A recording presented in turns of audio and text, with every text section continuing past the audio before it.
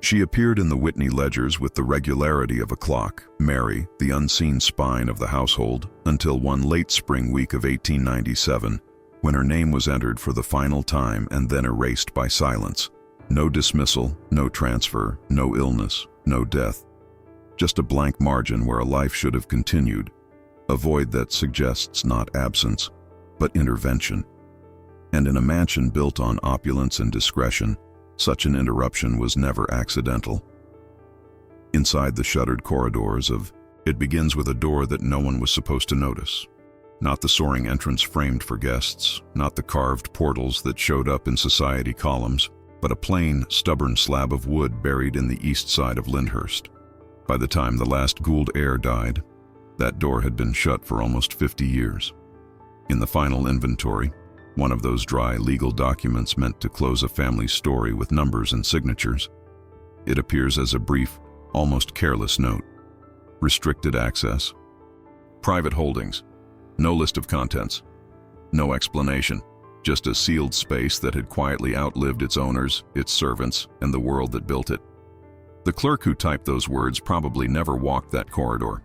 In Gilded Age estates, it was normal enough to keep a room closed, to lock away old ledgers or trunks of correspondence that no one cared to revisit. But this was different.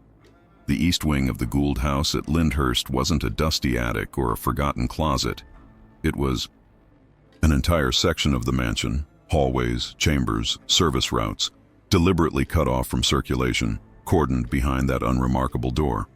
While visitors marveled at the view of the Hudson and the theatrical Gothic turrets, a portion of the house simply ceased to exist in the life of the family, yet persisted, carefully noted in the paperwork, like a secret that the law was forced to acknowledge but forbidden to describe. If you trace the story back to the late 19th century, to the true heart of the Gilded Age, the clues become even more unsettling. An architectural plan dated 1889, signed and stamped as any respectable commission would be, shows the east wing with its own internal spine of corridors. The circulation there does not intersect with the grand paths reserved for guests. It bends away, doubling back on itself, creating a self-contained circuit of rooms that one could enter, move through, and leave again without crossing the polite world of drawing rooms and conservatories. On paper, it looks less like a domestic extension and more like an interior border, an enclave behind the facade of a family home. Mansions of that era often included business rooms, private offices where fortunes were managed far from the curiosity of visiting eyes. But Lyndhurst pushes that tendency into something colder. The east wing's design implies not just discretion, but concealment. Windows that face less traveled grounds, corridors that dead-end into service doors, AE. Staircase that does not appear in the tour routes published decades later. When you align the plan with the later inventory, a pattern emerges. The same space that the blueprints isolate is the space the estate papers reduce to a single evasive line. Restricted access. Private holdings. It's as if the architecture and the bureaucracy are conspiring to enforce the same silence. There were stories, of course. There are always stories around families like the Goulds. Rumors of a private archive. Jay Gould kept entirely separate from the normal management of the house. Files, ledgers, correspondence that never passed through the hands of ordinary staff. A room, or perhaps a suite of rooms, where papers were brought in but rarely taken out, where decisions that shaped railroads and markets and reputations might have been made in the quiet scrape of a fountain pen. Most estates locked up their secrets in safe boxes and lawyers' offices. Here, it seems, the house itself was reshaped, so that the secret could become a physical place. Have you ever heard of a Gilded Age mansion with an entire wing that guests simply never knew existed? A door that no guide pointed out, no photographer framed, no society journalist described. If this case reminds you of another sealed corridor, another forgotten heir, another archive that never made it into the official narrative, share it below. This channel lives in those blind spots, among the Golden Age secrets the elite hoped would dissolve with time. When the last Gould heir's estate was finally settled, most of Lyndhurst could be accounted for. Artworks catalogued, furnishings appraised, land measured and reassigned. Yet the East Wing remained a negative space in the documentation, acknowledged only as something that could not be entered without permission no one was willing to grant. No reference to repairs, no list of contents removed or destroyed, no note of a key being surrendered. Just the quiet confirmation that the door was still there and still closed, long after the man who ordered its construction had been lowered into the family plot. Imagine standing in the main hall decades later as part of a preservation team or a discreet legal inspection. The Gothic arches still cast those deep theatrical shadows. The river air still seeps in through narrow windows, carrying the scent of damp stone and old wood. Tour groups are politely steered along polished routes, their footsteps echoing in spaces meant to impress. And somewhere beyond the accepted path, there is a corridor not on the public map, ending at a door that does not belong to any of the stories told aloud. You see it only because you had access to the older plans, because you noticed a corridor that exists on paper but not in practice. This channel exists to reveal what the elite tried to erase, the archivist might say if they could step out of the records and speak. So subscribe before the last trace of these sealed rooms disappears from the surviving paperwork. The building, after all, is only half the evidence. The rest lies in scattered documents. A repair invoice with no listed location. A delivery receipt for fireproof storage cabinets billed to a section of the house no guest ever entered. A margin note about adjustments to East Wing circulation, filed soon after Jay Gould's death. Individually, they're mundane. Together, they form the faint outline of a space that history was forced to build around, but never through. What makes the East Wing so disturbing isn't that it existed, that much is confirmed, but that it was deliberately structured to leave almost no trace in the life of the house. Staff were rotated in ways that made certain corridors unfamiliar. Visitors were dazzled with vistas and drawing rooms that drew their attention away from the mansion's blind angles. Even the language used in the inventory is designed to be as bloodless as possible. Restricted access, private holdings. 4 words that, in a different context, could refer to a locked cabinet or a box in a cellar. Here, they stand in for an entire portion of a famous estate that, by rights, should have left more fingerprints on the historical record, and yet for half a century, that door remained closed. Generations came and went, fashions shifted, the very idea of the Gilded Age curdled into nostalgia and critique. But in Lyndhurst, behind one stretch of corridor that rarely met the eyes of strangers, the East Wing slept behind its plain, immovable threshold. No photographs, no gossip columns, no memoirs from former servants describing what lay beyond. Just the blue line of an 1889 blueprint and a curt phrase in a posthumous inventory, aligning perfectly like 2 halves of a secret the house itself refuses to fully surrender. Somewhere in that alignment, in the gap between what is drawn and what is said, the story of the locked wing begins, not with a scream or a scandal, but with the quiet weight of a door that appears on an old plan and yet never opens in the memories of those who walked the visible halls, waiting for someone, decades later, to finally notice that it was always missing from the official tour. On the surface, the story that the newspapers of the 1890s told about the Goulds was almost simple. Columns described Jay Gould's empire in familiar terms: expansion, consolidation, ruthless efficiency. Engravings showed locomotives thundering through new stretches of track, bridges spanning rivers as if the landscape itself had been bent into submission by capital.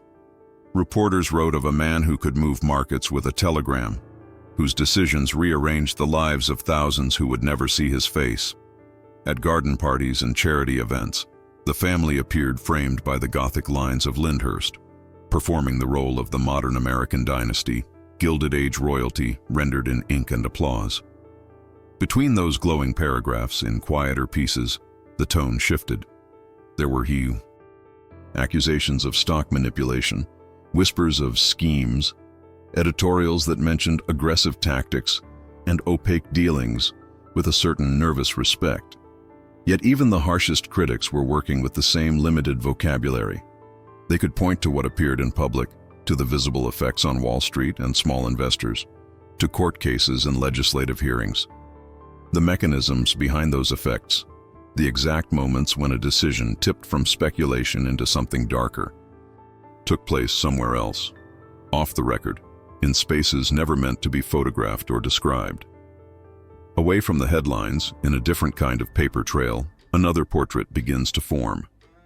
Internal memoranda, preserved not in libraries but in forgotten boxes and misfiled bundles, carry a different kind of language. The handwriting is smaller, the ink more hurried. Dates cluster around key moments in financial history: a looming panic, a contentious bill, an antitrust rumor that might or might not harden into law. The content of these notes is technical: bond structures, preferred shares, committee timetables. But every so often a phrase appears that doesn't belong to accounting or legal jargon: a location, a time, a directive. Meeting confirmed. 2 senators, 1 intermediary. Discussed tariff adjustments and bond guarantees. East Wing, Tuesday, 8 p.m. No interruptions. The phrase is almost tossed away, scribbled in the margin of a memorandum that survived only because it was attached to something deemed worth filing. East Wing, no interruptions. Not a restaurant, not a private club, not a lawyer's office. A part of the house, a specific section of Lyndhurst suddenly transformed from mere architecture into a stage where politics, finance, and private power met, shielded by stone and silence. The more you read, the clearer the pattern becomes. Negotiations about railroad regulation that would eventually sway entire markets. Quiet understandings about which investigations would move forward and which would dissolve in committee. Agreements about who would be protected in the next wave of public outrage. Again and again, the practical arrangements circle back to the same shorthand. Lyndhurst, East Rooms. Private office, East Corridor. And, in that recurring, almost banal instruction, no interruptions. In public, the Gilded Age elite rehearsed transparency. They appeared before committees, granted carefully staged interviews, issued statements that insisted everything was within the bounds of law and common practice. Behind closed doors, the concept of privacy hardened into something more strategic. A room was not just a room. It was a container for risk, a shield against unwanted ears, a place where conversations could happen without stenographers, where decisions could be made without leaving minutes behind. At Lyndhurst, the existence of an entire wing designed for independent circulation offered something even better than a private office. A zone where presence itself could vanish from the household's daily record. Servants moved through the visible parts of the house with choreographed precision. From breakfast trays to late-night cigars, their footsteps traced paths that could be predicted and described.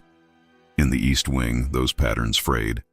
Certain butlers recalled being told not to use particular corridors unless summoned.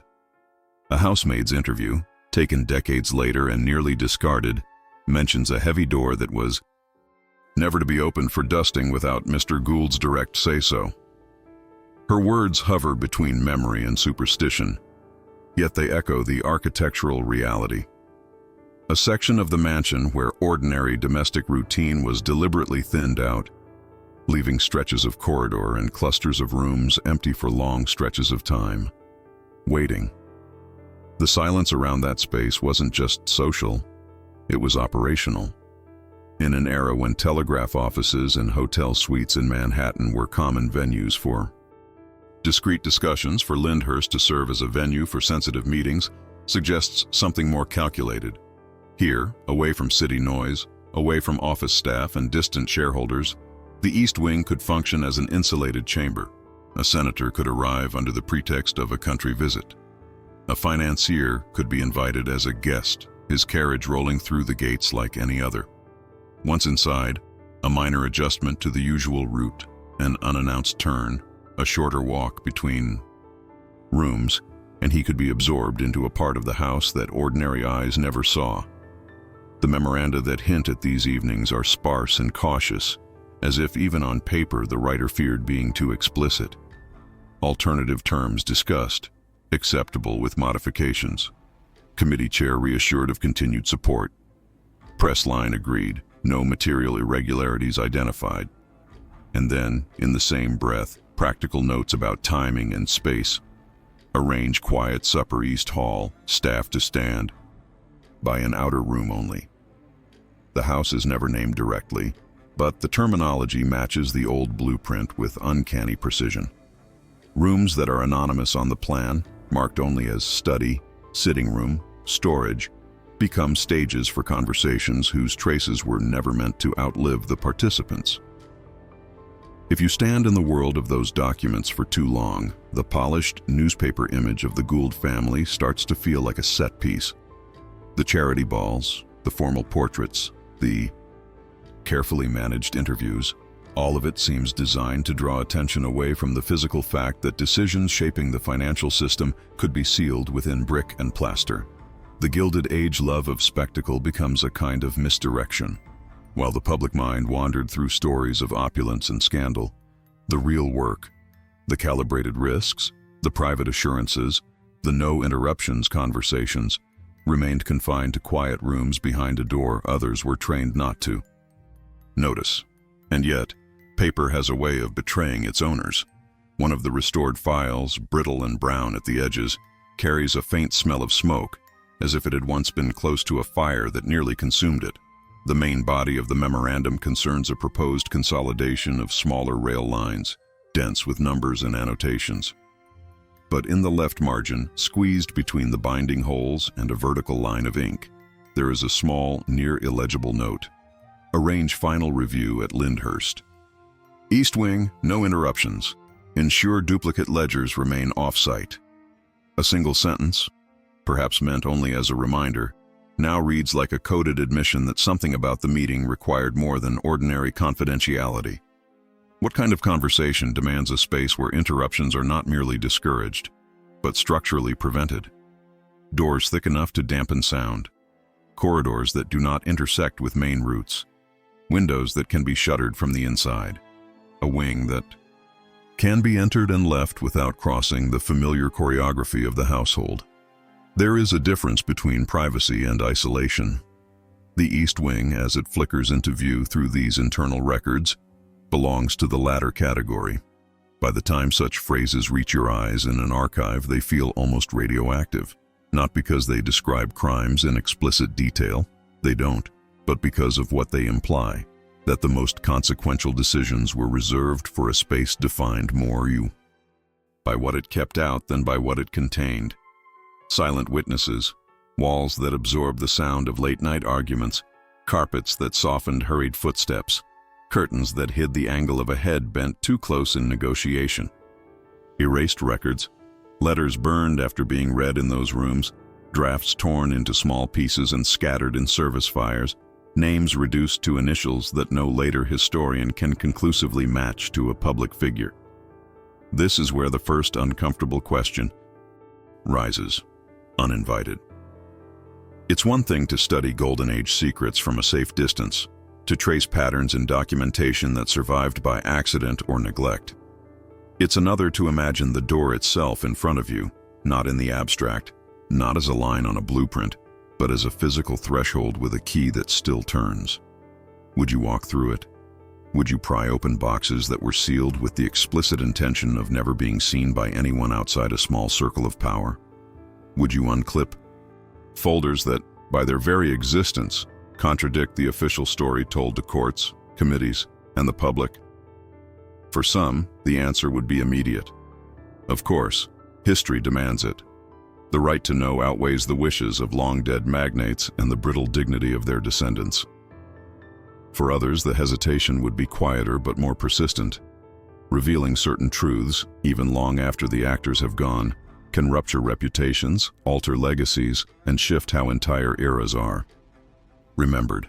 Behind those locked doors might lie proof of collusion, of manipulated crises, of fortunes saved at the price of many others' ruin. Or the contents might be disappointingly mundane, old drafts, failed plans, correspondence whose impact fizzled before reaching the wider world. The weight of the decision comes from not knowing which it is until you choose to cross the line. In the case of the Goulds, no witness remains who can say definitively what passed between those stone walls. During those no interruptions evenings, all we have are fragments, a senator's unusual silence in later memoirs when Lyndhurst is mentioned, an unexplained gap in the records of a key committee, a set of burned edges on documents that were somehow not fully consumed. The East Wing becomes less a place than a pressure point in the historical record, the spot where too many lines converge and then disappear under a block of missing information. That's why, when a researcher in a climate-controlled room turns over that particular memorandum and sees the faint, cramped words in the margin, East Wing, no interruptions, the moment lands with disproportionate force. The ink has faded to a soft gray. The letters lean awkwardly, as if the writer was pressed for time, aware that even these few words carried a risk. Just beneath the note, a blot of ink has pooled, dark and dense, as though the pen paused there on the paper, hovering over a thought that never found its way into writing. In that irregular stain, spreading over the pale fibers, the East Wing appears again, not as a room, but as a small, silent doorway in the archive itself. And for more than a century, no one has truly stepped through. When the East Wing finally opened, it did so without ceremony. No press, no ribbon, no speeches against the backdrop of the Hudson. Just a small team of archivists and preservation staff, a conservator with a clipboard, and a key that had spent most of its life in the back of a metal drawer. The lock resisted at first, as if rust and habit were conspiring to hold it shut. Then, with a sound that seemed louder than it should have been in the stillness, the mechanism gave way. The door that had divided rumor from reality swung inward for the first time in decades. The air that drifted out was different from the rest of the house. Cooler, denser, lined with the slow exhalation of wood and plaster left undisturbed since the early 20th century. Dust moved in. The corridor like fine gray smoke, shifting lazily as the first beam of electric light cut into the darkness. The walls were bare, no portraits to watch the intruders, no decorative flourishes for guests. This was not the theatrical Lyndhurst of society photographs. This was the working skeleton of the East Wing, a sequence of narrow halls and closed doors, built less for show than for function, and for control. Footsteps echoed differently here. Carpets had thinned or vanished altogether, leaving boards that creaked in low, uncertain tones. The layout matched the 1889 blueprint, side rooms feeding off a central passage, a discreet staircase muttering away into shadow, corners that bent more sharply than in the grander parts of the house. But there were deviations too, small and unsettling. A doorway bricked up from the inside, a window shuttered and nailed, its frame painted over in a practical, hurried hand. Someone had not just locked this wing, they had edited it. Near the end of the IE corridor, in a room with no label on the door and no mention in the tourism-era maps of Lyndhurst, they found them. Not in a safe, not hidden behind a panel or under a false floor. Simply there, as if waiting for the next entry in a sequence that never came. 3 wooden crates, lined up along the inner wall with the kind of ordinary precision that makes them almost disappear from view. No metal tags, no painted numbers, just the darkened grain of aged wood and the pale bite of cords that had once been white and now sat the color of old linen.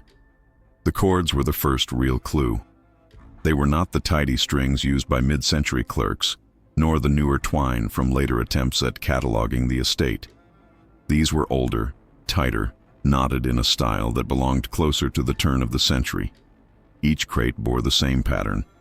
Cords wrapped around twice, crossed, and sealed with a simple flattened knot that had sunk slightly into the softening wood over time. Dust had built up along the ridges, forming a faint, undisturbed halo around each box. To disturb one meant disturbing all. When the first cord was cut, the sound was strangely sharp, like a thread snapping inside a long muted conversation. The lid of the crate did not lift easily. The wood had swelled and settled into its own frame, reluctant to move. A metal lever, padded to protect the surface, eased it up inch by inch until the stale air inside spilled out in a slow, sour breath. The smell that followed was, unmistakable. Old paper, damp at some long-forgotten moment and then left to dry in the dark. Ink that had sunk deep into fibers. Glue and leather bindings breaking down into a faint, sweet dust. Nothing about that smell belonged to the present. Inside, everything was packed with a care that bordered on anxiety. Bundles of documents wrapped in cloth that had once been cream and now hovered between gray and brown. Ledgers stacked flat, their spines turned inward, as if hiding their titles. Envelopes tied in groups with thinner cord, the knots pressed so tight they had left permanent grooves in the paper. Whoever packed these boxes was not improvising. This was a procedure, perhaps one carried out in haste but not in confusion. The first ledger, lifted out with gloved hands and set gently on a waiting table, looked almost ordinary. Leather cover, slightly worn at the corners, edges marbled in a pattern popular in late 19th century stationers. But when the archivist opened it, and the pages fanned forward, the entries did not align with any known sequence of the Gould records. Account numbers that should have appeared in the main corporate books were missing. In their place were familiar names: lines, subsidiaries, investment vehicles, paired with sums that did not appear in any official balance sheet. Here, on crisp pages that had never seen an auditor's lamp, was a second set of books. It didn't declare itself as such, of course. No incriminating title, no label, proclaiming parallel accounts. But the pattern was unmistakable. For transactions that the official ledgers described in one way, this volume offered another. A loan recorded publicly as extended at one rate was quietly balanced here by a separate agreement, showing an effective return far higher. A sale that appeared in corporate reports as a neutral restructuring revealed, in these pages, a hidden premium paid through an intermediary. An investment that seemed unremarkable in board minutes became, in the East Wing ledger, the keystone of a web of side agreements and off-the-books guarantees. As more volumes emerged, the picture sharpened. Each box held its own layer of secrecy. The first was ledgers, date-stamped and cross-referenced with a system that mirrored the official records, while never fully overlapping them. The second contained documents that should have gone before the board, the kind of contracts and memoranda that shape entire sectors, but had clearly been routed elsewhere. Many bore signatures recognizable from history books, but the witness lines were empty, or filled with initials too neutered to anchor responsibility. Margins carried notes in the same hand that had scribbled "East Wing, no interruptions" on the earlier memorandum, as if the writer trusted these walls more than any corporate file room. The third box was different. Lighter, at first glance less imposing. Inside were packets of loose notes, pencil drafts, and what appeared to be rough minutes of meetings that were never officially held, times and dates without locations, names reduced to first letters or, in some cases, a single stroke and a dot. Yet woven through these fragments was a recurring emphasis on privacy, on bypassing structures meant to make power legible. Keep outside board knowledge. Restructure in private trust before announcement. Avoid leaving sensitive correspondence at office. Retain in-house file. In the language of the Gilded Age elite, this was not simply caution. It was strategy. Publicly, the Gould fortune rested on the visible machinery of railroads and telegraphs, on stock exchanges and court decisions and legislative battles whose transcripts were printed for anyone willing to wade through them. Privately, these boxes suggested another engine entirely, a network of decisions and agreements that never passed through ordinary channels, insulated first by loyalty, then by architecture, and finally by time. One document in particular, drawn from the middle of the second crate, refused to align with the official story. A memorandum detailing a complex series of swaps and guarantees during a financial panic, clearly designed to ensure that Gould interests emerged not just intact but strengthened. In public accounts, this period was remembered as a masterclass in resilience, a demonstration of steady leadership in the face of market chaos. Here, on thin, nearly translucent paper, the same stability looked like something else, a bro. Carefully arranged extraction of value, the burden of loss shifted away from the family and onto parties never named in the company histories. No board approval signatures, no notation that the council had been informed. In the bottom right corner, in that same compressed handwriting, discussed Lyndhurst, East rooms only, no clerks present. As each page was turned, the weight of what lay in the crates grew heavier, as if the air in the small room thickened with every new line of ink exposed to the light. The revelations were not melodramatic. There were no confessions, no explicit admissions of criminal intent. Instead, there were patterns, repeat advantages taken at moments of maximum vulnerability, private assurances exchanged in the shadow of public declarations, large sums diverted through vehicles whose names never appeared in annual reports. The power of these papers lay in how they sat just outside the frame of what was legally required to be disclosed, in the quiet space where not illegal blurs into never meant to be seen. Here were silent witnesses in their purest form. Pages that had spent most of a century breathing in the darkness, their fibers slowly tightening around secrets that, had they surfaced at the right moment, might have shifted the trajectory of lawsuits, investigations, even historical reputations. The fact that they survived it all suggests a kind of compromise. Someone could have burned them. Someone chose instead to seal them away in the one part of the house designed not just for privacy but for invisibility. The East Wing, once a venue for no interruptions meetings, had become a vault for their aftermath.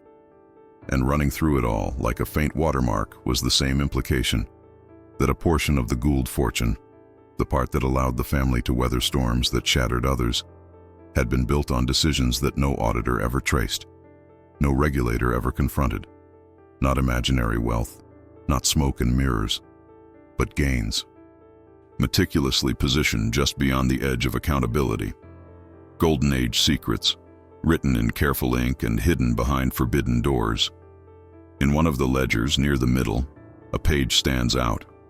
The line entries look ordinary at first. Dates, amounts, destinations. But halfway down, there is a gap where a name should be. Only a shallow groove in the paper remains. The faint impression of letters once written and then scraped away with something sharp. The figure beside it is large enough to matter, small enough to hide in the flow of other numbers. In the margin, next to that blank space, there is a single notation in tiny script, transferred per private understanding. See Box 3, East Archive.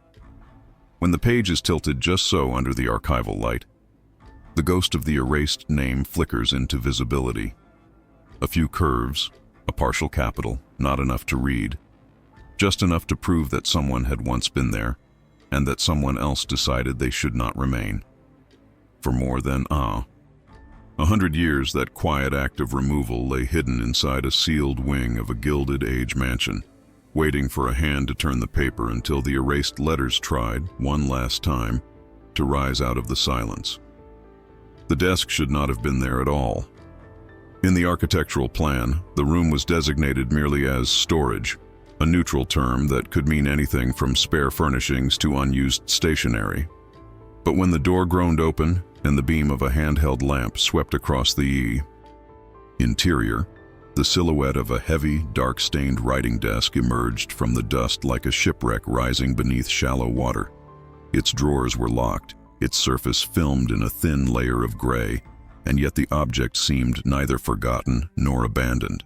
It felt positioned, anchored in that exact spot to bear witness to something no one dared to name in the official histories. The lock, older than any surviving staff memory, surrendered with a brittle crack. Inside, the drawers were lined with a fading green felt, its edges curled with humidity and time.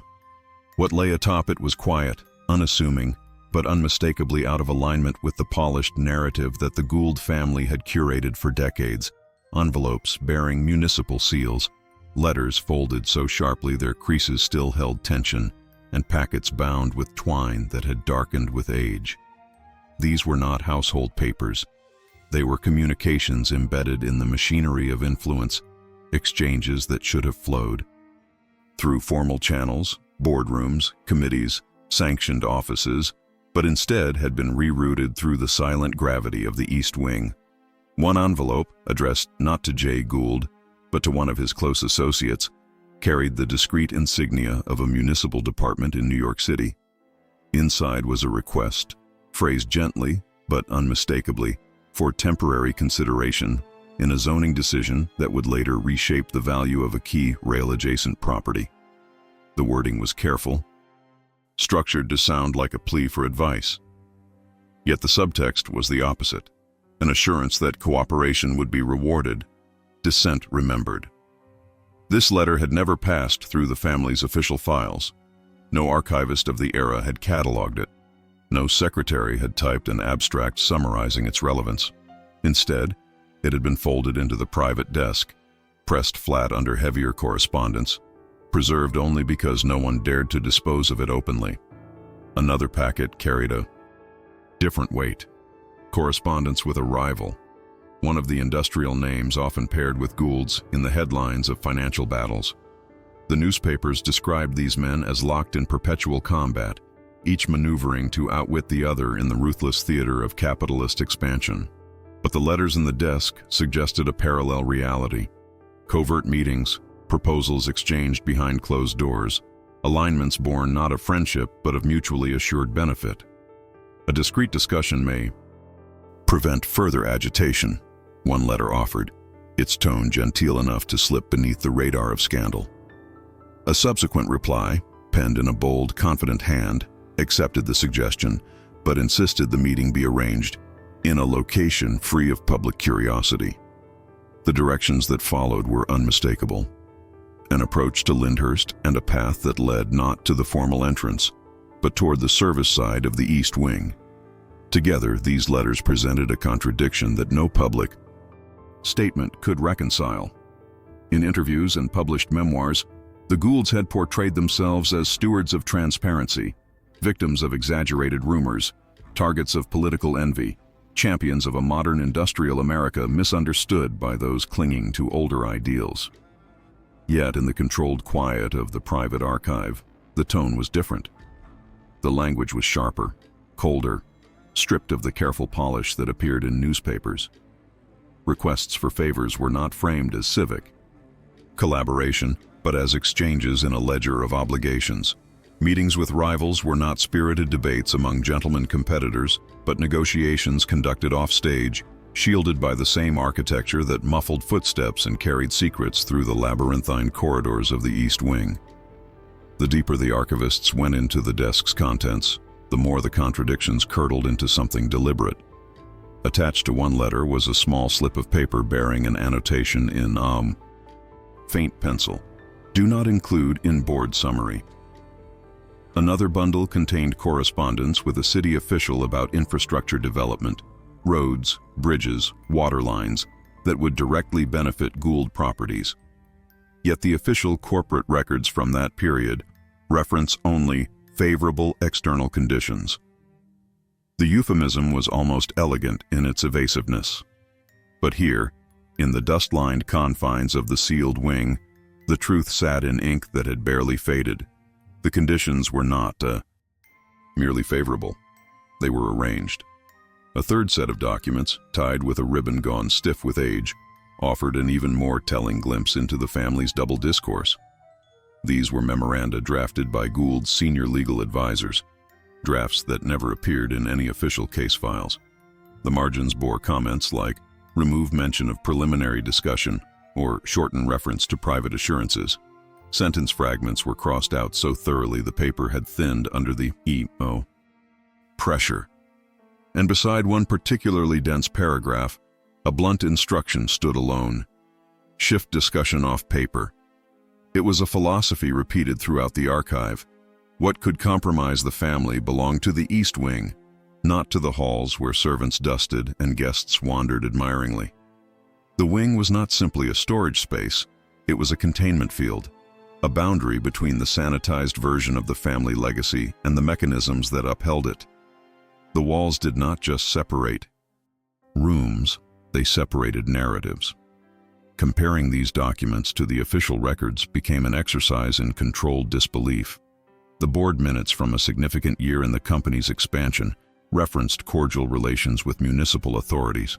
The private letters revealed threats softened with pleasantries, exchanged favors, and at least one instance in which a political figure was coaxed into withdrawing opposition with the promise of discreet investment support. The minutes described collaboration with peer institutions. The rival correspondence described a mutual ceasefire engineered to preserve profit margins in a moment of volatility. Where the official record emphasized stability and civic-minded cooperation, the private archive documented pressure points, withheld information, and strategies that depended on silence and isolation. As the pages were laid side by side on the long table, official report here, private note there, the omissions became visible not just as gaps but as decisions. Someone had curated the family's public legacy with precision, excising anything that might blur the image of respectable authority. The East Wing archive was the negative of that photograph. The shadows where the highlights had been trimmed, the lines that remained after the truth had been professionally thinned. And yet, even in its contradictions, the archive was strangely methodical. These were not the impulsive scraps of a family afraid of being exposed. They were calculated records, preserved in a secluded environment for reasons no one living could sufficiently explain. Were they kept as insurance, as leverage, as a blueprint for future heirs who never came? The uncertainty is part of the unease. The person who sealed the desk understood that risk is not born merely from action, but from the trace of action. The East Wing, designed from the start to absorb what the family could not afford to display, became the perfect vault for paper trails too, valuable to destroy and too dangerous to acknowledge. It is in that duality, the mirrored narratives, the public posture, and the private method, that the true function of the locked corridor emerges, not merely a place of secrecy, but a mechanism for managing it. A controlled environment where reputations could be edited, decisions reframed, and history quietly adjusted before it reached the world outside. Near the bottom of one drawer, beneath a false panel that had warped just enough to betray itself, lay a final piece, a letter drafted but never sent. The handwriting was unmistakably Jay Gould's. It addressed a political figure whose name still appears in textbooks. The first paragraph struck a conciliatory tone, but the second shifted without warning into something sharper, a reminder of previous understandings, a suggestion of consequences should cooperation falter. Then, abruptly, the letter broke off. The last sentence ends mid-stroke, the ink feathered where the pen paused too long. Perhaps the message was reconsidered. Perhaps it was replaced by a quieter face-to-face conversation in one of the East Wing's unrecorded rooms. Whatever the reason, the letter remained locked in the desk, preserved in the same atmosphere that safeguarded every contradiction the family left behind. Set against the polished narrative of the Gould legacy, the private archive stands like a door in a corridor that should not exist. On one side, philanthropy, innovation, the proud arc of American industrial ascent. On the other, negotiations that evaded scrutiny, alliances made in whispers, favors exchanged far from the reach of accountability. And between them, always, the East Wing, silent, sealed, and designed to carry the weight of everything that could not survive the light. The deeper the archivists moved into the East Wing, the more the room itself seemed to lean in, as if listening to every page turned. Dust spiraled upward in slow currents, disturbed for the first time in half a century as bundles of brittle paper were lifted into the light. Some documents were so delicate they seemed to sigh when touched. Others, surprisingly intact, bore thick signatures and embossed seals that still reflected a muted gleam. These were not household records or family letters. They were instruments of power, drafted in the measured vocabulary of the Gilded Age, in which wealth, territory, and labor were treated less as human affairs and more as components in a vast, indifferent machine. Most of the contracts were simple at first glance. multi-page agreements related to railroad expansion, land acquisition, and joint ventures with industrial partners whose names still echo through American history. Legal language framed each clause with the cold, stately precision of the period, every line calibrated to obscure more than it revealed. But beneath the formalities was the unmistakable pulse of influence, clauses tucked into corners of the page, handwritten. Addenda squeezed into margins, initials that served as silent nods between men who preferred their alliances unspoken. These were decisions meant to shape entire regions, decisions that could redirect thousands of livelihoods with the scratch of a pen.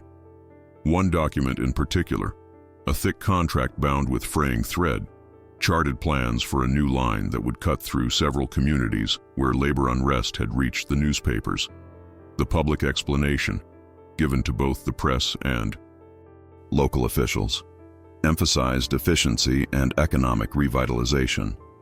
Yet the version unearthed in the East Wing was something else entirely, a blueprint for bypassing districts with strong unions, ensuring that workers known for resisting wage cuts could be skirted altogether. In the margins, a faint note, almost erased, read, "Confirm with municipal contacts, avoid public announcement." The tone was bureaucratic, but the decision was devastating.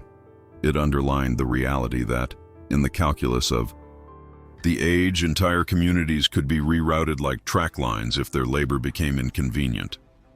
Another contract detailed the coordinated acquisition of vast parcels of land along an undeveloped corridor. Officially, these lands were purchased at market value through intermediaries with impeccable credentials. But buried in the East Wing archive was the private version, a sequence of early negotiations, coded correspondence, and preliminary agreements that ensured the sellers never learned the true value of what they held. Maintain discretion, one note insisted. No discussion beyond trusted circle. The trusted circle, judging from the initials beneath the line, involved individuals whose careers later blossomed into political prestige. Their ascent, viewed through these papers, was not merely a product of ambition, it was built on deals that would never withstand democratic scrutiny. The documents hinted at a machinery of influence that extended well beyond finance.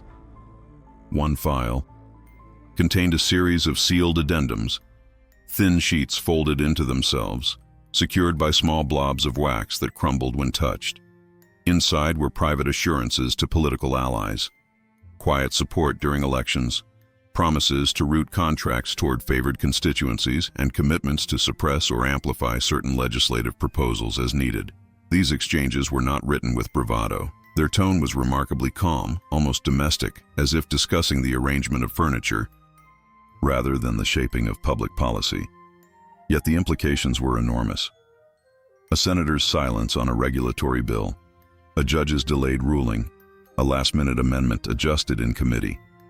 Each action rippled outward, affecting markets, careers, and the fragile equilibrium of a country rewriting itself through steel and steam. Some agreements read like warnings disguised as cooperation. One contract included a peculiar clause stating that if a political figure failed to uphold his part of the arrangement, future opportunities may be reconsidered in light of prior understandings. Nothing overtly threatening, nothing prosecutable. But embedded in the phrase was the kind of pressure that defines the boundary between influence and coercion.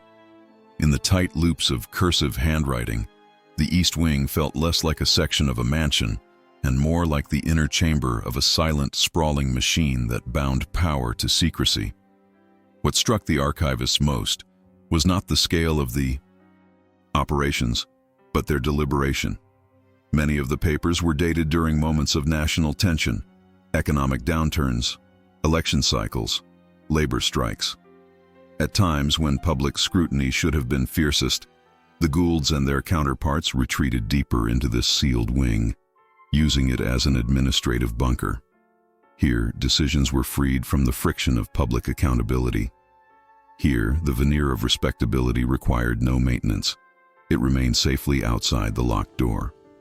The contrast between public image and private action sharpened to a blade's edge. In newspapers, The Goulds defended their enterprises as catalysts of progress. In these papers, progress was measured not in human terms, but in leverage, acquired, deployed, and protected. Several documents in the cache described what could only be called anticipatory strategies. These were plans designed for events that had not yet occurred. Market crashes predicted months in advance, labor movements expected to gain. Momentum political appointments assumed long before elections were held. Each prediction carried with it a corresponding maneuver: acquisition of key assets before their value would spike, amassing capital reserves to exploit expected volatility, or cultivating officials whose influence would soon become essential. Far from reacting to crises, the Gould Circle appeared to be preparing to shape them. The East Wing's silence was not a retreat, but an incubator for decisions that could send shockwaves far beyond the mansion walls. Among the most troubling discoveries was a single folder of letters exchanged with a state official whose later reputation would be irreproachable. His early career, however, had depended on a web of favors he had never disclosed, which no biography mentioned. One letter thanked the family for their timely assistance during a contentious vote, noting that continued alignment will yield long-term mutual security. Another proposed a redrawing of jurisdictional boundaries that would benefit both parties.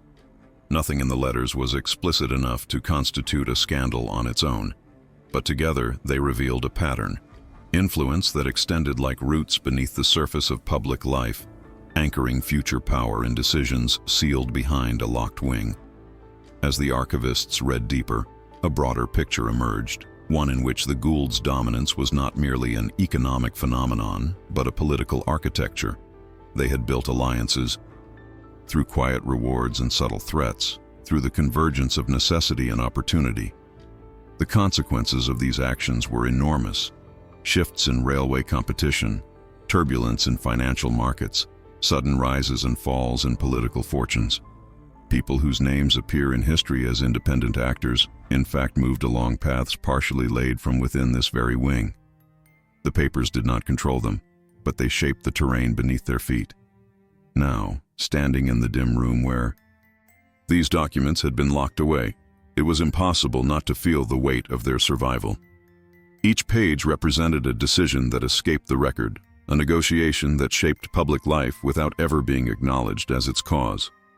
The wing had shielded these choices from daylight, preserving them in the dry chill of wood and plaster, keeping them waiting for the day the locks weakened and the silence thinned. And then, inevitably, a question hovered in the stale air, soft but relentless. If you had stood there in that room, the pages spread before you, the influence of a bygone empire laid bare in curling ink, what would you have done? Would you walk the papers straight to officials and historians, letting the secrets finally breathe, no matter how many legacies splintered in the process? Or would you feel the old caution of the East Wing settle into your bones? The instinct to protect what was powerful, to respect the silence the walls had guarded for generations. Would you speak, or would you fall quiet, letting the locked door close again behind you, as if none of it had ever surfaced at all? It began as a faint irregularity in the paper trail, the kind of archival tremor that only reveals itself when dozens of documents are read side by side. In the formal genealogies of the Gould family, those polished diagrams published in society directories and commemorative histories, every line flowed with orderly precision. Births, marriages, inheritances, all dutifully recorded, all presented as if the family tree had grown without fractures or shadows. But in the East Wing's cache, where silence clung to the walls like residue, something was missing. Not a name, at least not at first, but the imprint of a presence erased too carefully to be an accident. The first hint came from a ledger whose torn pages left a jagged edge at precisely the point where household stipends were listed.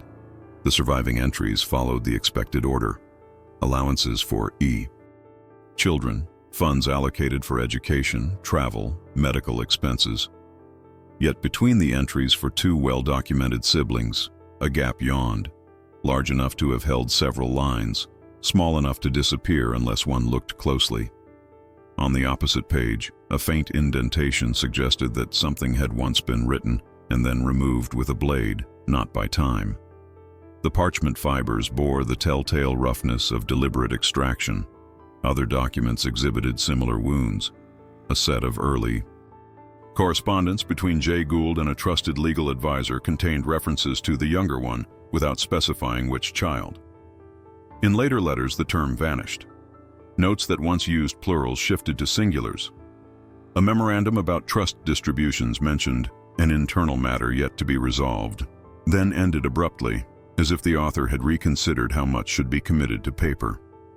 No document named the person directly, but the negative space surrounding the absence grew. Sharper with each discovery.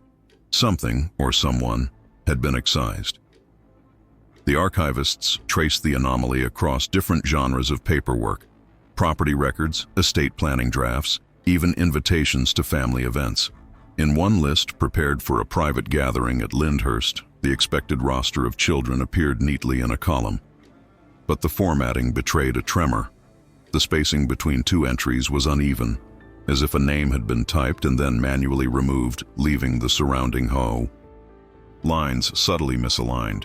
The ink density on that page differed as well, darker where the revision had been pressed in to mask what came before.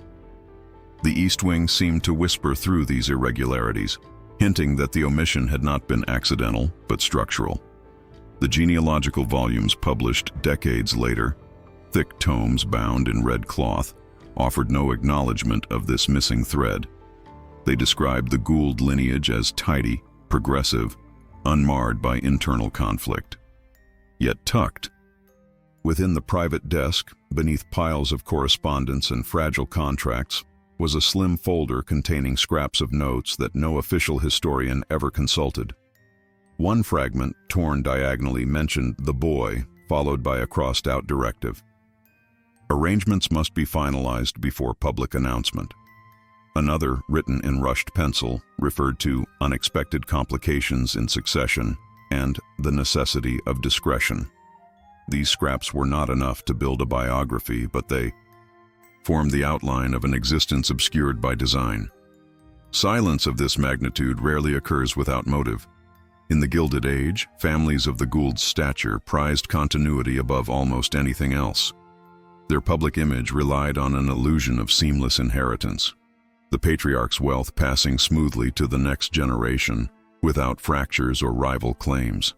Any disruption, a disputed heir, an illegitimate child, an alliance deemed politically or socially inconvenient, threatened the carefully curated facade. Many dynasties responded to such threats in the same manner, by erasing the irregularity from documents, by ensuring certain names never appeared in legal proceedings, by retrofitting the past to match the ideal narrative. The papers in the East Wing indicated something similar. Among the fragmented documents was a partial draft of a will, unsigned and never executed. It included provisions that did not match the final version recorded by the courts. A bequest was outlined using only an initial, A, with no surname. The amount designated was substantial, enough to suggest that the recipient held significance within the family structure. But in the finalized will, that section vanished entirely. The gap where it should have appeared was filled with a boilerplate clause dispersing assets elsewhere, as if the earlier draft had simply been a temporary miscalculation. More troubling was a series of letters between two legal advisors discussing the complication. One asked whether the matter has been fully resolved, adding that paper traces must be eliminated before review. The reply, curt and precise, stated that records have been consolidated in the East Wing repository until a final decision is reached. Consolidated, not destroyed. That single word offered a narrow window into intention. Someone believed that the documentation needed preservation, at least temporarily. Someone else believed that its existence, even hidden, posed a risk. The archivists found additional clues in the estate's financial records. A trust created in the late 19th century bore a curious feature: annual disbursements listed as miscellaneous obligations, with no beneficiary identified. In modern accounting terms, it resembled a shadow allocation. Official family histories attributed such entries to charitable commitments. But the private ledgers, recovered from the crates, showed that these disbursements were handled through intermediaries, not philanthropic institutions. The sums were consistent with the kind of quiet support that might sustain a dependent whose connection to the family could not be publicly acknowledged. Every new clue pressed the same question: who was being hidden? A child born under circumstances the family found unsuitable? A legitimate heir whose alliances threatened the stability of the empire? A relative whose financial claims might fracture the inheritance? The documents offered hints, but no certainty, as if the family had constructed not only a physical boundary in the East Wing, but also a narrative labyrinth designed to mislead anyone who dared pursue the truth. Some evidence suggested conflict rather than shame. Notes scribbled in margins spoke of disagreements over governance, divided loyalties, and conditions that cannot be reconciled. One letter, unsigned, its edges burned, mentioned the possibility of removal from the succession line and urged careful management of appearances. The tone was not moralistic, but strategic. The issue was not personal failing, but structural risk. An heir who challenged the financial architecture of the empire could jeopardize everything: investments, alliances, political leverage. Removing such a figure from the public record would have been drastic, but not unprecedented. In the context of the Gilded Age, omissions like this were woven into the fabric of elite survival. Families that rose quickly often carried internal fractures, illegitimate branches, contested assets, rival claims silenced before they could reach the courts. The Goulds were no exception. What set them apart was the existence of a dedicated architectural zone designed to quarantine these tensions. The East Wing was no mere warehouse for inconvenient paperwork. It was a stage upon which certain truths could be contained, reviewed, and quietly neutralized. By the time the archivists recognized the pattern, the silhouette of the omitted heir had grown unmistakable, even if the name remained elusive. Their presence flickered in the spaces between lines, in the missing pages torn with surgical precision, in the shifts in handwriting where a scribe hesitated before continuing, aware that a deletion was expected. Like a portrait deliberately removed from a gallery wall, the absence itself became the proof. The wing had guarded not just contracts and clandestine negotiations, but the memory of a person whose existence threatened the symmetry of the dynasty. One ledger offered the closest thing to direct acknowledgement. On a page otherwise filled with predictable disbursements, maintenance, wages, property improvements, a single line had been struck through so violently that the paper buckled. The ink seeped into the fibers in a furious blot. Where a name should have been, there was only a scar of black. In the margin, almost an afterthought, someone wrote, "Resolved, permanent exclusion." No date, no reason, no signature, just the quiet finality of a decision meant to survive unspoken. Standing in that sealed room, breathing the stale air that had guarded these secrets for generations, the archivists sensed the outline of a life that had been methodically erased, its traces scattered like the remaining dust in the corners of the East Wing. The missing heir remained unnamed, but not unseen. Their absence pressed itself into the silence, heavy as the locked door that had kept them hidden for over a century, waiting for the moment when time, and the persistence of those who read the fragments, might bring their shadow back into the light. The cadernos were smaller than the ledgers that dominated the earlier crates, compact, leather-bound volumes that might once have passed as personal journals or travel logs. Their edges were worn smooth by the handling of hands long gone, and when the archivists opened the first one, the pages released a faint metallic scent, the signature of ink that had aged in a sealed environment. Unlike the official financial books, these were not structured for audit or review. No columns for board oversight, no standardized signatures. Instead, they carried a private rhythm, a language of numbers and initials, arranged with the confidence of someone who never expected to be questioned. At first, the entries looked like ordinary expenditures. Sums transferred, dates noted, destinations abbreviated. But the pattern shifted quickly. The amounts grew larger, more erratic, and The recipients, if one could call them that, were listed only by single letters, nicknames, or symbols that clearly operated as internal shorthand. One page recorded a series of payments marked only with the notation R, delivery complete, followed by a sum that exceeded the typical household disbursement by an order of magnitude. Another page used a triangular mark beside each entry, a symbol that appeared nowhere in the formal Gould records. Whatever these marks meant, the writer assumed the EU meaning was self-evident to anyone who was supposed to read them, and utterly opaque to anyone else. As the archivists compared the Cuadernos to the official books, the discrepancy widened. Transactions that appeared in the public ledgers as routine investments were mirrored here with off-the-record compensations tied to individuals who left no trace in the company payrolls. Payments noted as consulting fees in the official documents were matched in the private notebooks by far larger sums, routed through intermediaries, brokers, attorneys, and agents whose job, judging from the context, seemed to be the dissolution of traces rather than the offering of advice. One entry stood out for its cold clarity. Dated during a year of significant regulatory pressure, it listed 3 payments. The first, a disbursement to a shell company incorporated in an unrelated state. The second, a transfer from that shell to an unnamed intermediary, flagged only by the letter F. The third, a final movement labeled Services Rendered, Documentation Restructure, accompanied by a cryptic comment in the margin, ensure no overlap with household accounts. Everything about the sequence betrayed a calculated intent to bury the trail deeper than any auditor could follow. Elsewhere in the Cuadernos, the transactions carried a more mundane veneer, but the implications were no less severe. A cluster of entries described purchases of properties, small, seemingly unremarkable plots at first, then larger parcels farther from urban centers. The official estate documents never mentioned these acquisitions, nor did the Gould family histories include them in their inventory of holdings.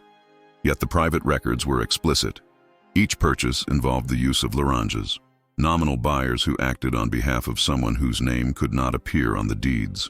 The proxies' names changed regularly, never appearing more than once or twice, but their associated addresses repeated, suggesting that they were tied to discrete agencies or legal offices specializing in anonymity. Some acquisitions were accompanied by brief notes: retain until market stabilizes, divest quietly after legislative approval, or hold pending outcome of negotiation. The pattern was unmistakable. These were strategic moves, not passive investments. The East Wing was not merely a place where documents were stored. It was the engine room where decisions were made that shaped markets while leaving no trace in the EU. Public record. One notebook held a particularly troubling section, a list of payments to legal consultants whose specialty, inferred from the descriptions, lay not in drafting contracts but in erasing them. The language was coded yet unmistakable. Retainer, review of vulnerable files. Special fee, elimination of redundancies. Adjustment, archival reconciliation. The phrasing seemed benign until cross-referenced with other records. Each of these entries corresponded to moments when certain documents vanished from the official archives: trust drafts, property maps, early iterations of partnership agreements. The parallel movements betrayed a rhythm of disappearance timed to moments of legal scrutiny or internal conflict. In one case, an entire series of papers related to intercompany transfers disappeared just weeks before a regulatory inspection. The Cuadernos recorded payments to 2 separate intermediaries around that same time, both marked LS compliance, followed by a symbol that reappeared elsewhere only in notes related to document destruction. The inspection came and went without incident, and the official records showed no irregularities. But the East Wing notebooks, in their silent, meticulous way, revealed how that outcome had been engineered. Another section detailed payments tied to the missing heir, an echo of the mystery that had haunted earlier documents. The entries were sparse but suggestive, a cluster of disbursements labeled only B, spaced months apart, followed by a sudden halt.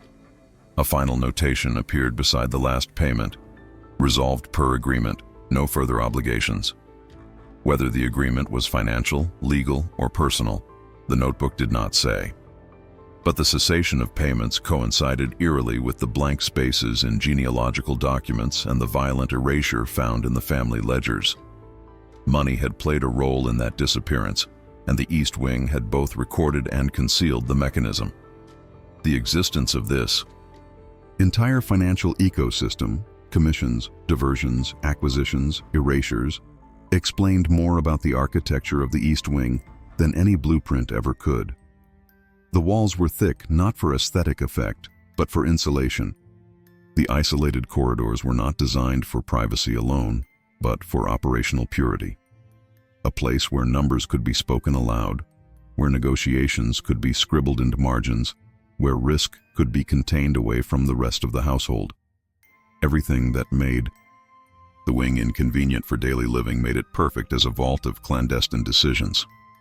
The cadernos also revealed the emotional temperature of the operation, not in explicit statements, but in the handwriting itself. Earlier entries were confident, flowing, the script of someone accustomed to managing immense power without fear of consequence. But as the years progressed, the handwriting tightened. Lines slanted sharply, ink pooled more heavily at the beginning of strokes. Sometimes entries were scratched out so forcefully they tore the paper.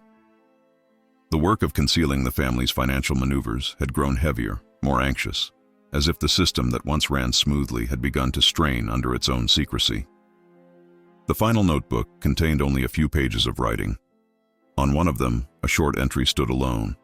No further transfers through existing channels, risk unacceptable. Establish new correspondence via secure route. Beneath the line was a small drawing, an outline of a door with a heavy lock. It was not labeled, but the meaning was unmistakable. The East Wing was no longer merely a storage site for sensitive information.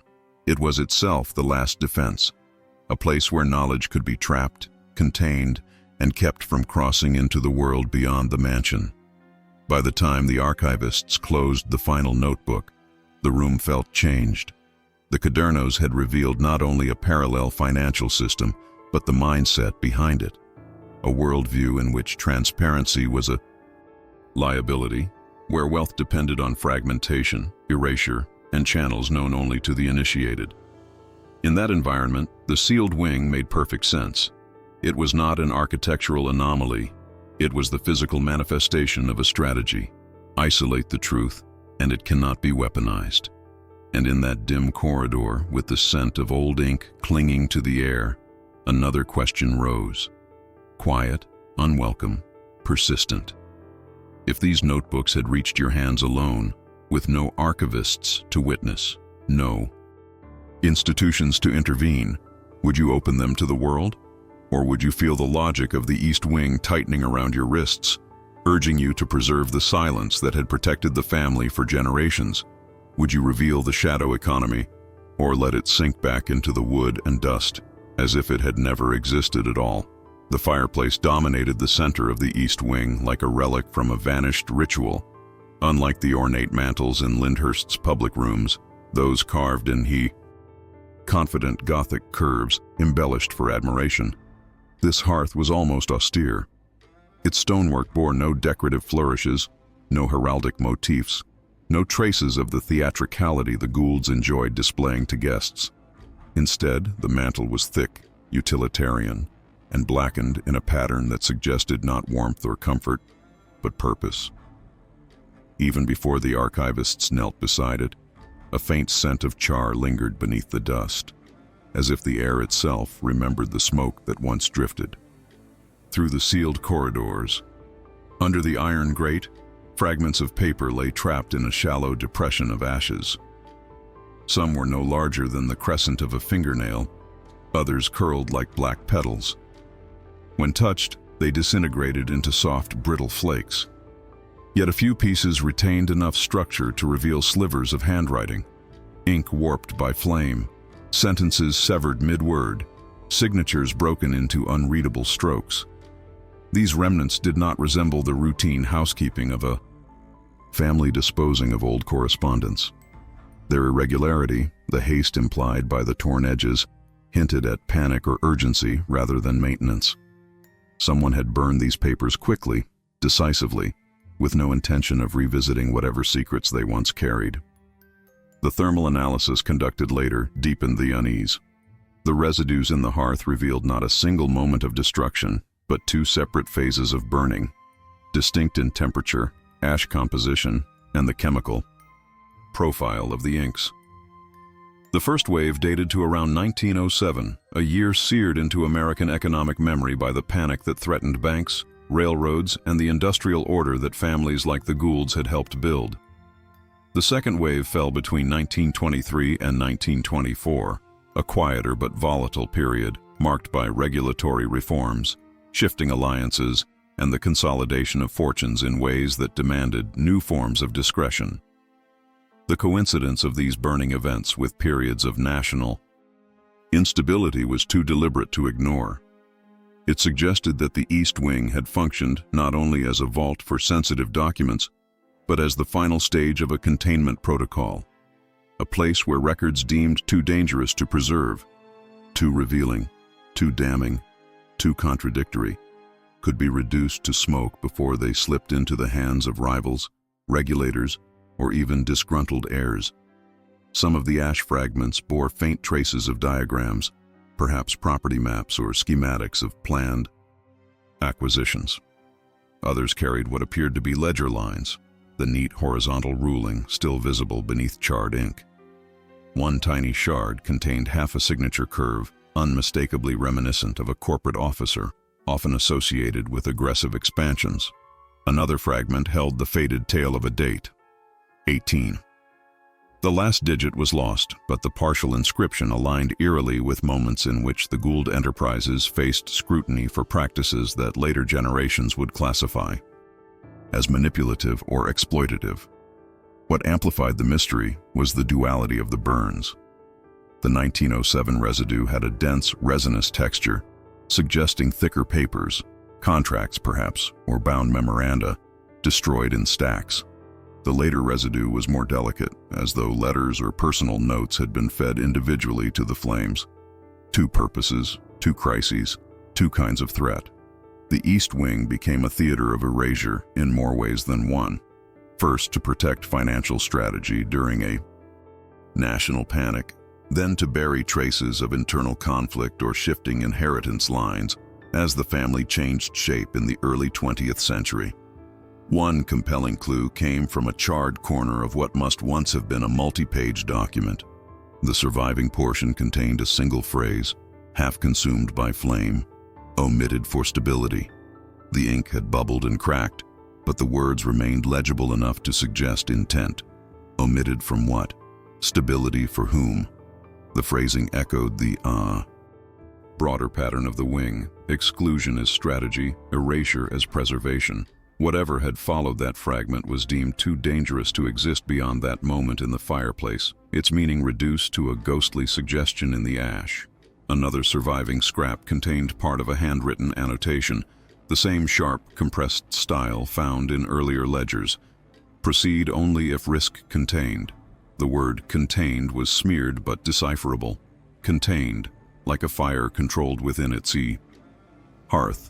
Like secrets locked behind a door that no guest was ever meant to see.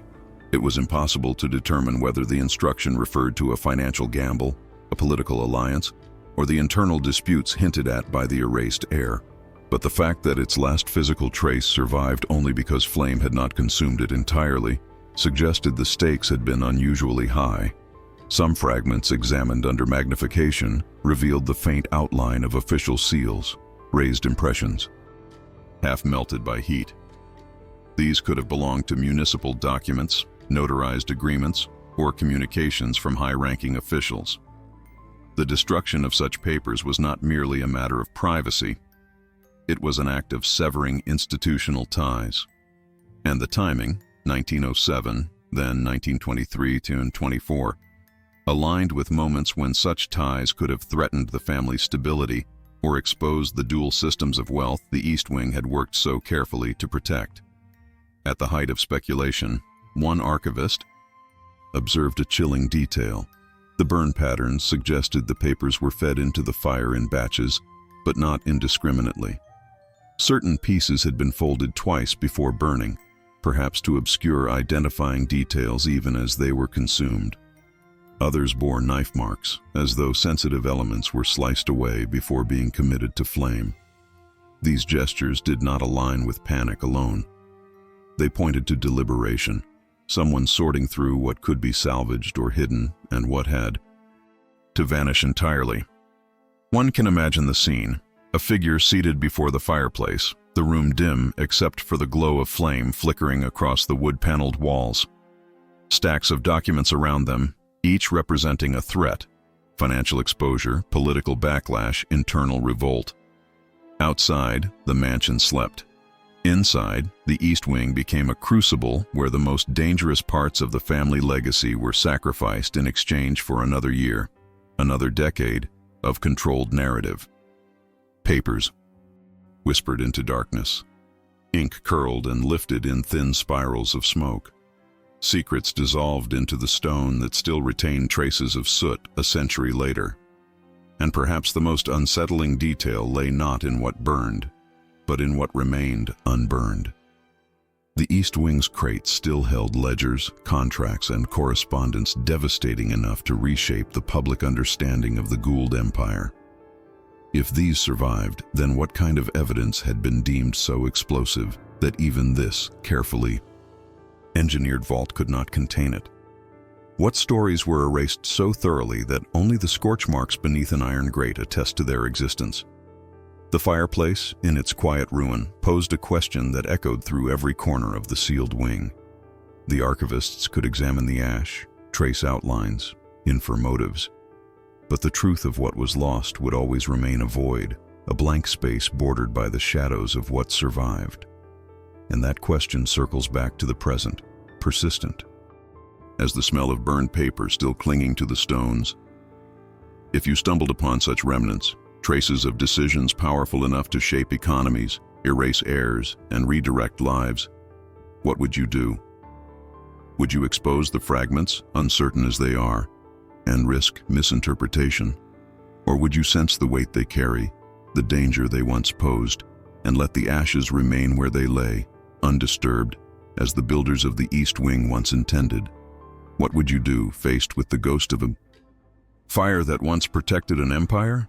The logs surfaced only because the ink had faded unevenly. Tucked inside a brittle folder marked for disposal, the Night Watch records listed dates and hours with a precision absent from the official guest books. Names appeared in hurried strokes: senators, bankers, industrial partners, figures whose presence at Lyndhurst would have sparked headlines had it ever reached the papers. Yet none of them appeared in the family's entrance registry. No carriage. Arrivals noted. No formal greetings recorded. Only the quiet acknowledgement of a guard whose duty was not to question, merely to observe. The pattern was unmistakable. These visits clustered around moments of national tension. A regulatory bill poised to pass, a banking alliance forming, a labor strike threatening to spread. Arrivals after dusk, departures before dawn. Some stayed less than an hour.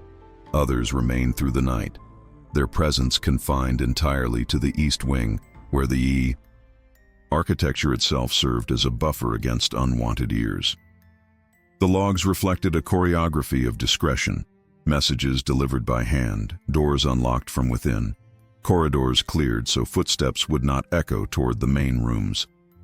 One entry, nearly erased by time, carried a note in the margin: escorted directly, no staff alerted. Another listed 2 men under a single initial, suggesting identities too sensitive to write in full. These were not social calls, nor acts of courtesy. They were the unseen threads woven into decisions announced weeks later, market shifts no reporter could explain, legislative pivots attributed to chance. The absence of formal acknowledgement was its own form of evidence. Lyndhurst's East Wing was not a forgotten annex. It was a stage designed for the kind of discussions that leave no minutes behind.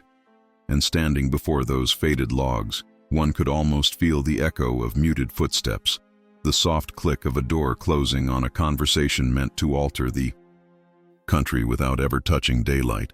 sealed inside a mansion that understood silence better than any of the men who relied on it. By the 1930s, the tone of the East Wing papers changed. The sharp, coded precision of the Gilded Age softened into something more performative, as if those handling the remnants of the Gould legacy had realized that power was shifting from boardrooms to screens.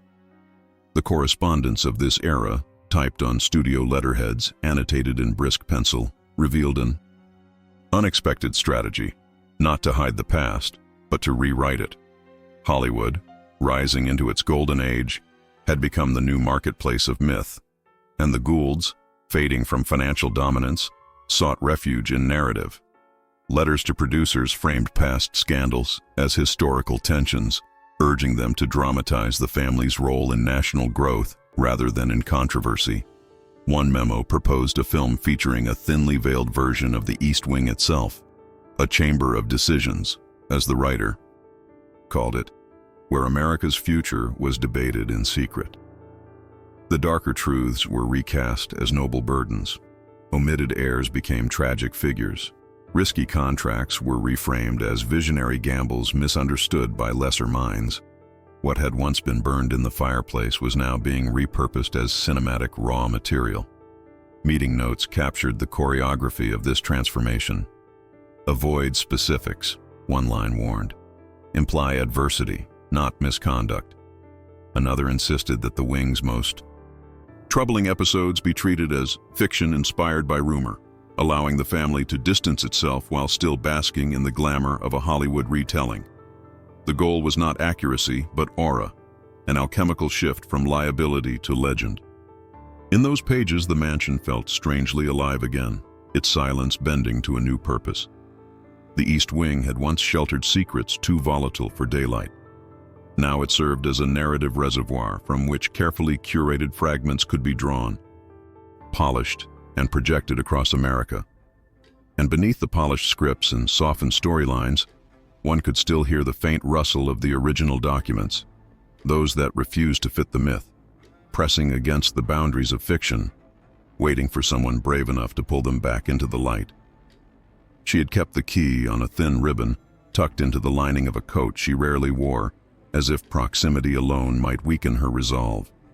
The last Gould heir, quiet in public, meticulous in private, became the final sentinel of the East Wing, guarding a corridor she refused to name in interviews and never acknowledged in writing. Visitors described her as composed, gracious, almost spectral in her poise. But those who worked closest to her recalled the way her eyes lingered on the shut door when she passed it, as though measuring whether the wood could still contain what she feared it held. Her refusal to open the wing was never framed as obstinacy. It appeared instead as a form of inheritance, an unspoken duty absorbed through decades of whispered caution and carefully edited stories. Yet beneath the cultivated silence, the paper trail she left behind revealed fractures in the facade. Medical notes hinted at insomnia, sudden episodes of agitation, and a recurring fear that unresolved matters of the estate may produce severe repercussions if exposed prematurely. The phrasing belonged more to a legal memorandum than to a physician's chart, but that incongruity was entirely inconsistent with her upbringing. Even her distress had been drafted in the vocabulary of risk. Letters she wrote late in life, trembling slightly in their penmanship, suggested a deeper anxiety. That the alliances forged in the Gilded Age, those delicate, invisible arrangements between the Goulds and several Eastern dynasties, were not as dormant as the public believed. She warned one confidant that opening the wrong drawer may unmoor agreements still observed in practice, though never spoken of aloud. And in another note, she confessed that some histories cannot be disturbed without dislodging the reputation of families who have forgotten they were once bound to ours. The fear was not merely personal shame. It was structural. She believed the past was still attached to powerful names, and that the East Wing's silence acted as the final thread holding multiple legacies intact. As the 20th century progressed, her world contracted. The fortune diminished, the staff thinned, and The cultural authority once carried by the Gould name dissolved into museum placards and footnotes. Yet the key remained hidden, untouched. She entertained historians politely, guided philanthropists through the gardens, approved preservation projects, but any request to study the sealed rooms was met with the same gentle, irreversible refusal. "Some spaces were never meant for exhibition," she once said, a sentence remembered by a docent who only later understood its weight.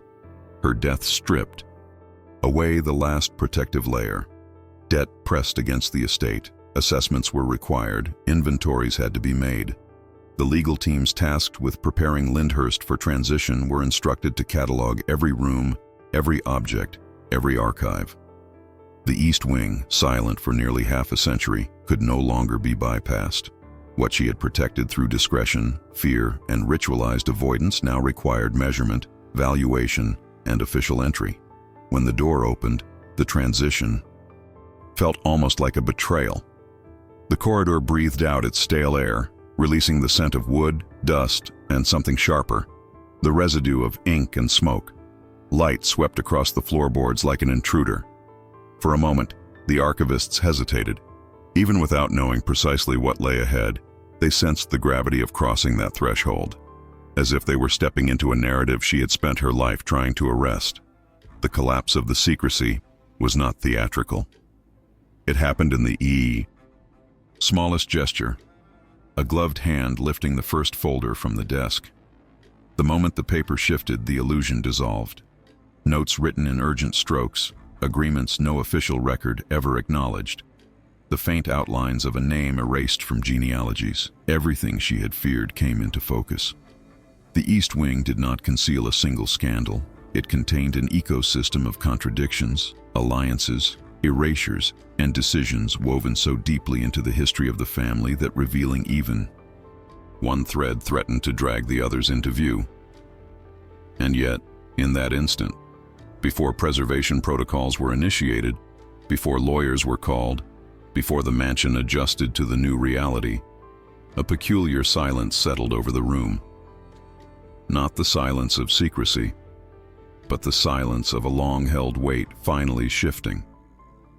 The last heir's caution had preserved the evidence, even as it kept her captive to it. By keeping the door closed, she had inadvertently ensured the survival of the very papers she hoped would never meet the light. Her fear lived on in the corridors, in the scorched fireplace, in the missing names and coded ledgers. But the secret itself surrendered the moment the first page turned, its long resistance breaking like a thread that had been stretched beyond its limit, leaving only the raw, unfiltered truth waiting in the dust. The first wave of revelations from the East Wing did not settle into the archives as quietly as scholars once imagined.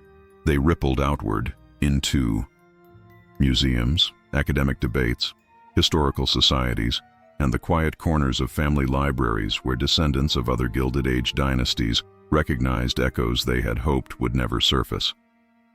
What emerged from Lyndhurst was not merely the story of the Goulds, but the blueprint of an era that had built its monuments on equal parts brilliance and omission. The polished narrative of progress, so often repeated in textbooks and exhibitions, now showed its seams.